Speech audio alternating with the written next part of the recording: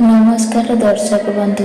ନା ତାଙ୍କ ପାଖରେ କାଗଜ ଅଛି, ନା ତାଙ୍କ ପାଖରେ କୌଣସି ଖାତା ରଖିଛନ୍ତି। ତଥାପି ତାଙ୍କ ପାଖରେ ସମସ୍ତଙ୍କର କଳା ଚିଠା ଅଛି, ସମସ୍ତଙ୍କର ସବୁ କର୍ମର ହିସାବ ଅଛି।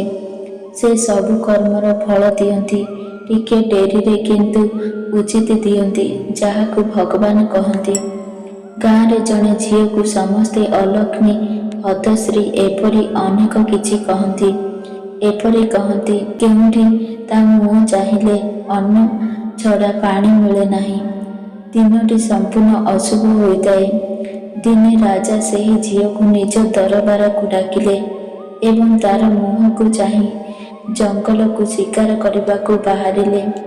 ସେ ଏହା ପରୀକ୍ଷା କରିବାକୁ ଚାହୁଁଥିଲେ କି ଗାଁରେ ପ୍ରଚଳିତ କଥାଟି ସତ ନା ଗୁଜବ।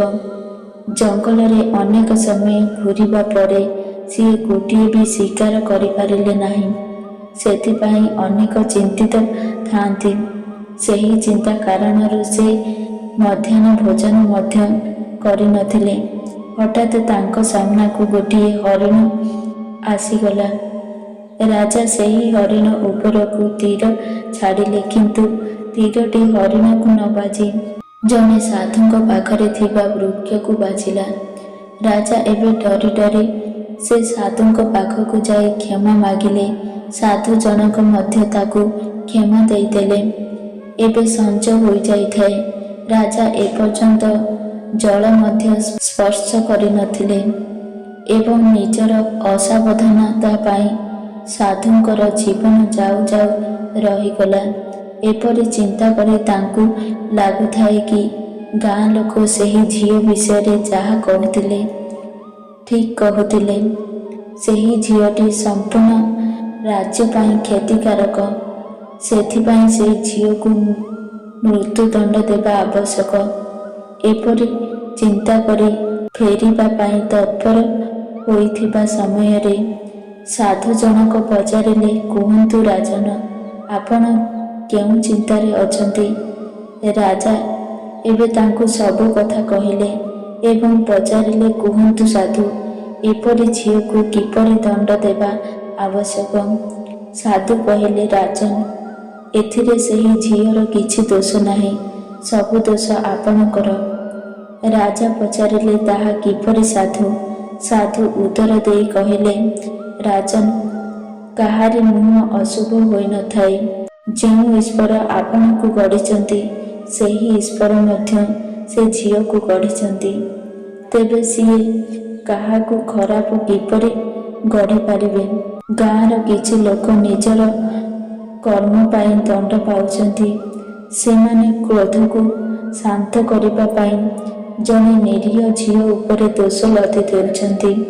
ନିଜର ତ୍ରୁଟି ନ ଦେଖି ସକାଳୁ କାହା ମୁହଁ ଚାହିଁଲେ ଏପରି ଭ୍ରାନ୍ତ ଧାରଣା ବିଚାର କରି ସେହି ଝିଅକୁ ଦୋଷ ଦେଉଛନ୍ତି। କ୍ରମେ ଏହି କଥାଟି ସମ୍ପୂର୍ଣ୍ଣ ଗାଁରେ ବ୍ୟାପିଗଲା। ଯେବେ କେହି କୌଣସି କାର୍ଯ୍ୟ କରିବାକୁ ଯାଆନ୍ତି ଏବଂ ଯଦି ସେହି ଝିଅଟି ତାଙ୍କ ସାମ୍ନାକୁ ଚାଲିଆସେ, ତେବେ ତାଙ୍କ ମନରେ ନକାରାତ୍ମକ ବିଚାର ଚାଲିଆସେ। ସେଥିପାଇଁ ସେମାନେ ଚାହିଁକି ମଧ୍ୟ କୌଣସି କାର୍ଯ୍ୟକୁ ଠିକ୍ସେ ସମ୍ପାଦନ କରିପାରନ୍ତି ନାହିଁ। ଯେବେ ନିଜ ତ୍ରୁଟି ପାଇଁ ଅସଫଳ ହୁଅନ୍ତି, ସେତେବେଳେ ବି ତାଙ୍କର ସେହି ଝିଅ କଥା ମନେ ପଡ଼େ, କିନ୍ତୁ ନିଜର ଦୋଷ ମନେ ପଡ଼େ ନାହିଁ। ପ୍ରତ୍ୟେକ ମଣିଷ ନିଜେ ବଞ୍ଚିବା ପାଇଁ ଅନ୍ୟକୁ ଦୋଷ ଦେବାକୁ ଚାହାନ୍ତି, କାରଣ ତାଙ୍କର ହାରିବା ଠାରୁ ହାରିବାର ଦୋଷ ମୁଣ୍ଡେଇବାକୁ ଅଧିକ ଡର ଥାଏ। ସବୁ କିଛି ବିଚାର ଉପରେ ନିର୍ଭର କରେ। ଯଦି ବିଚାର ଶୁଭ ହୋଇଥାଏ, ତେବେ ଶୁଭ ଫଳ ନିଶ୍ଚିତ ପ୍ରାପ୍ତ ହେବ, କିନ୍ତୁ ବିଚାର ଯଦି ଅଶୁଭ ହୁଏ, ତେବେ ସବୁ ଅଶୁଭ ହୋଇଯାଏ। ଉଦାହରଣ ସ୍ୱରୂପ, ଆପଣ ବାରମ୍ବାର ସେହି ଝିଅ ବିଷୟରେ ଭାବିଲେ, ତାର ଅଶୁଭ ମୁହଁ କଥା ଚିନ୍ତା କଲେ। ସେଥିପାଇଁ ଆପଣ ଠିକ୍ସେ ଶିକାର ପ୍ରତି ଧ୍ୟାନ କେନ୍ଦ୍ରିତ କରିପାରିଲେ ନାହିଁ ଏବଂ ଶିକାର ନ କରିପାରିବାର ଦୋଷ ଆପଣଙ୍କ ଭିତରୁ କ୍ରୋଧିତ କରିଦେଲା। ଲୋକ ଲଜ୍ଜା ଭୟରୁ ବଞ୍ଚିବା ପାଇଁ ଆପଣଙ୍କ ମନ ଯିଏକି ବାରମ୍ବାର ସେହି ଝିଅ କଥା ଭାବୁଥିଲା, ସେହି ମନ ହିଁ ଆପଣଙ୍କୁ ଏହି ବିଶ୍ୱାସ ଦେଲା କି ସବୁ ଦୋଷ ସେହି ଝିଅର ଅଶୁଭ ମୁହଁ ପାଇଁ ହୋଇଛି। ଯେବେ ଆପଣ ତୀର ସାଧିଥିଲେ ସେତେବେଳେ ମଧ୍ୟ ଆପଣଙ୍କ ମନ ଭିତରେ ଅଶୁଭ ଚିନ୍ତାରେ ବୁଡ଼ି ରହିଥିଲା। ସେଥିପାଇଁ ଆପଣଙ୍କ ଲକ୍ଷ୍ୟ ଭୁଲ ସ୍ଥାନରେ ବାଜିଥିଲା। ଏବେ ରାଜା ନିଜ ଭୁଲକୁ ବୁଝିପାରିଲେ। ଦର୍ଶକ ବନ୍ଧୁ, ଶୁଭ ଅଶୁଭ ଏସବୁ କେବଳ ମନର ଭ୍ରମ। ବିଚାର ଶୁଦ୍ଧ ଏବଂ ସକାରାତ୍ମକ ରଖନ୍ତୁ। ଦେଖିବେ ଆପଣଙ୍କ ଜୀବନରେ ସବୁ ଶୁଭ ହିଁ ଶୁଭ। ଭଗବାନଙ୍କର ଏହି ସୃଷ୍ଟି ଭିତରେ କିଛି ବି ଅଶୁଭ ନୁହେଁ, କିଛି ବି ଅସୁନ୍ଦର ନୁହେଁ। ବାସ୍ ଦେଖିବାର ଦୃଷ୍ଟିକୋଣ ବଦଳାନ୍ତୁ। ସବୁ ଶୁଭ ଏବଂ ସବୁ ସୁନ୍ଦର ଲାଗିବ। ଏ ଦୁନିଆରେ କେହି ବି ଭୁଲ ନୁହନ୍ତି। ସାମାଜିକ ଦୃଷ୍ଟିକୋଣରୁ ସମସ୍ତେ ଅଲଗା ଅଲଗା ହୋଇଥାଇ ପାରନ୍ତି, କିନ୍ତୁ ସେମାନଙ୍କର ବିଚାର ତାଙ୍କ ନିଜ ହିସାବରେ ଠିକ୍ ହିଁ ହୋଇଥାଏ। ହରିଣକୁ ବାଘ ମାରିଦେଲେ ଆମେ ବାଘକୁ ଖରାପ କହିବା କଥା ନୁହେଁ, କାରଣ ବାଘର ଦୃଷ୍ଟିକୋଣରୁ ଦେଖାଯାଏ। ତେବେ ବାଘର ଆହାର ହେଉଛି ହରିଣ। ତାର ପେଟ ପୋଷିବା ପାଇଁ ତାର ବିଚାର ମଧ୍ୟ ଠିକ୍ ହୋଇଥାଏ। ସେହିପରି ଦୁନିଆରେ ସମସ୍ତେ ନିଜ ନିଜ ବିଚାର ହିସାବରେ ଠିକ୍ ହୋଇଥାନ୍ତି। ଆମକୁ ଏଠାରେ ବଞ୍ଚିବାକୁ ହେଲେ ନିଜର ଯଥେଷ୍ଟ ବୁଦ୍ଧି ଏବଂ ବିବେକ ସଠିକ୍ ମାତ୍ରାରେ ଖର୍ଚ୍ଚ କରିବା ଉଚିତ। କାହାକୁ ଖରାପ ନ କହି ନିଜର ବିଚାର ଏବଂ ନିଜର କର୍ମକୁ ଭଲ କରିବା ଆବଶ୍ୟକ। ଚୁପ୍ ରୁହନ୍ତୁ, ଶାନ୍ତ ରୁହନ୍ତୁ। ଦେଖିବେ ଦିନ ଆସିବ ଲୋକେ ପାଗଳ ହେବେ ଆପଣଙ୍କ ସହ କଥା ହେବାକୁ। ଚୁପ୍ ରହି ଶୁଣିବା ଦ୍ୱାରା ଠିକ୍ ଭୁଲର ଅନ୍ତର ଜାଣିପାରିବେ ଏବଂ ଶାନ୍ତ ରହିବା ଦ୍ୱାରା ଠିକ୍ ଭୁଲର ନିର୍ଣ୍ଣୟ ଉଚିତ କରିପାରିବେ। କାହାକୁ ଖରାପ କହି ନିଜେ ଖରାପ ହୁଅ ନାହିଁ, ବରଂ ନିଜେ ଶାନ୍ତ ରହି ଭଲ ହୁଅନ୍ତୁ। ଖରାପ କର୍ମର ଫଳ ଦେବା ପାଇଁ ଉପରେ ଜଣେ ନିର୍ଣ୍ଣୟ ଅଛନ୍ତି। ଆମେ ଅଯଥା ଚିନ୍ତା କରିବା ଦ୍ୱାରା ନିଜର କ୍ଷତି ହୋଇଥାଏ। ସେଥିପାଇଁ ଦୁନିଆକୁ ବଦଳିବାର ଇଚ୍ଛା ଛାଡ଼ି ନିଜକୁ ବଦଳାନ୍ତୁ। ଆପଣଙ୍କ ଦୃଷ୍ଟିକୋଣ ବଦଳିଗଲେ ଆପଣଙ୍କ ପାଇଁ ସମ୍ପୂର୍ଣ୍ଣ ଦୁନିଆ ଆପେ ଆପେ ବଦଳିଯିବ।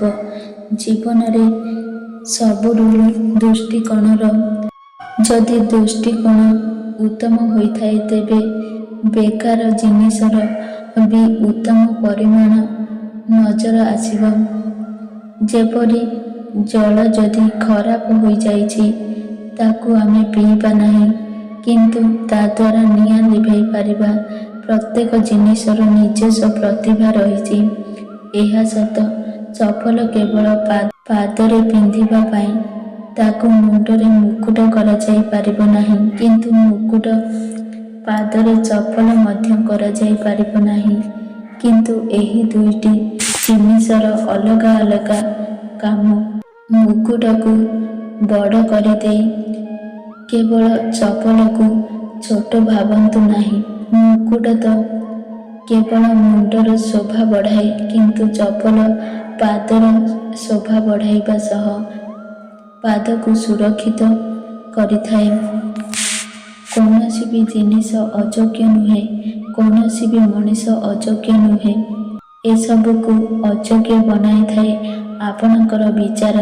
ସେଥିପାଇଁ ବହୁତ ଜରୁରୀ ଏହାକି ନିଜକୁ ଚିହ୍ନିବା ପରେ ଆପଣ ବି ଜାଣିବେ କି ଆପଣ ବାସ୍ତବରେ କ'ଣ ଅଟନ୍ତି। ତା ସହ ଏହା ମଧ୍ୟ ଆପେ ଆପେ ବୁଝିଯିବେ କି ସବୁ ଜିନିଷ, ସବୁ ମଣିଷ ବାସ୍ତବରେ କ'ଣ କ'ଣ ମୂଲ୍ୟ ରଖନ୍ତି।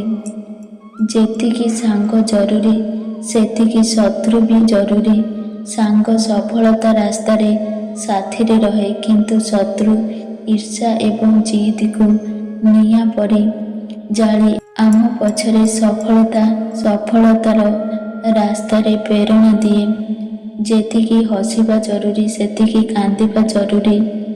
ହସିବା ଜୀବନକୁ ଆନନ୍ଦ ଦିଏ, କିନ୍ତୁ କାନ୍ଦିବା ଦୁଃଖକୁ ଭୁଲିବା ପାଇଁ ଶକ୍ତି ଦେଇଥାଏ। ଜୀବନ ପାଇଁ ସବୁ ଜରୁରୀ, ଅଦରକାରୀ ଅନାଦର କର ନାହିଁ। ଜୀବନରେ କିଏ କେତେବେଳେ ଅଧିକ ଜରୁରୀ ହୋଇଯିବ, ଏହା କାହାକୁ ବି ଜଣା ନାହିଁ। ଭଲରେ ରୁହନ୍ତୁ, ଖୁସିରେ ରୁହନ୍ତୁ, ନିଜର ଯତ୍ନ ନିଅନ୍ତୁ।